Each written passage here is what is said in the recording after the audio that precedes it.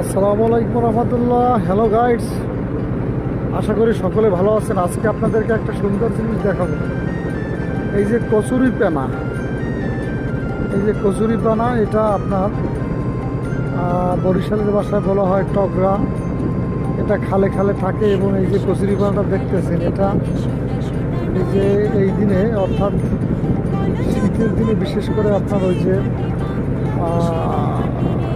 জমির পাশ থেকে বা জমি যখন আপনার চাষিরা যখন চাষ করে তখন জমিতে যে কচুরি পানাগুলো ফলায়, তখন দেখবেন এরকম নদীর পাশে এরকম আটকা থাকে এইভাবে থাকে।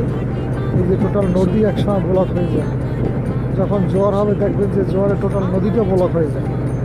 কচুরি পানার এত শক্তি, ট্রলার, নৌকা এবং স্টিমার এগুলো চালানোর জন্য যে সময়টা লাগে, যে সময়ের মধ্যে এই কচুরি পানার কারণে সমস্ত সব আটকা থাকে। এই অবস্থা থাকে। এই কচুরি পানার ক্ষমতা অনেক।